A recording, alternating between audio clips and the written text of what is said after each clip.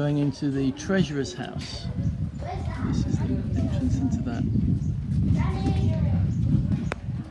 So whilst being called the treasurer's house, this house was never actually lived in by a treasurer of the Minster, because the churches were stripped of their powers. We've heard from previous videos by Henry VIII during the dissolution of the monasteries, and from that point on the treasurer was a redundant figure, powerful previously, but after the dissolution of the monasteries, not so powerful. There's some girls up there. Hello there, guys.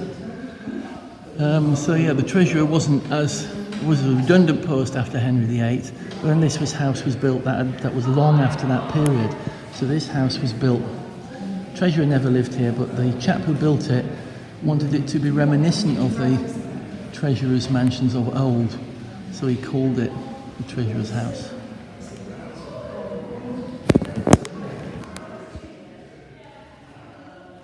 There's a couple of treasurers up there. Back in April 1642, 5 months before the start of the Civil War, Charles I was finding life in London difficult, so he moved his entire family and court to York. He set up a printing press in St William's College, which is this building, and produced his royalist propaganda from there. Parliament sent a load of people to keep an eye on him and spy on him. So Kate's just come out of the house, Frank Green's house, which was originally called Sir William Cottage, and then he renamed it Treasurer's House. Even though the church or cathedral treasurer never lived in this house, he was kind of a bit of a folly, and he kind of accumulated different bits of the house from different places, and was a bit of an oddball. So it seems. So what did she tell you? A couple of choice bits. Choice bits. Okay. So I met a lady who was telling me a couple of choice bits. Frank Green was a very keen huntsman and used to go off hunting every year as often as he could, and that's why one of the exhibits there was a riding crop. Yeah.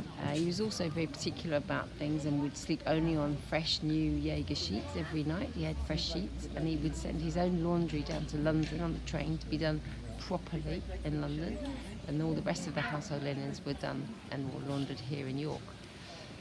He was a bit of an oddball, and he liked a bit of an eclectic collection of things, and one of the things he did was in the flooring, he had paid somebody to chip away at the flooring to make it look old and uneven. Yeah. Quite sure why. And he also had a bidet in there from 1700 and something in one of the rooms, one of the royal rooms. Yeah. He'd also... and he was a bit of a friend of the King Edward VII when he was Prince of Wales, and he came and stayed at the house, didn't he? Yeah. But it's a funny old place. It's not like a lot of the historic kind of homes that we've been in on the rest of the trip. This one is kind of a bit of a fantasy, a bit of a folly, really. He went to the auction rooms close by here in York and bought a load of bits of glass and things and assembled a chandelier, which is in the main stairwell in the house. And it's all, if you look at it closely, you can see it's all odd bits and odd things. And he put it together and hung it, and then the auctioneers came back and said, "That's amazing, can we buy it?" And the lady said to us, "He blew a raspberry." Like that. Oh my goodness. The York pop quiz of the day is: when is the Fossgate Festival Car Free Sunday in July? And the answer is the 7th of July.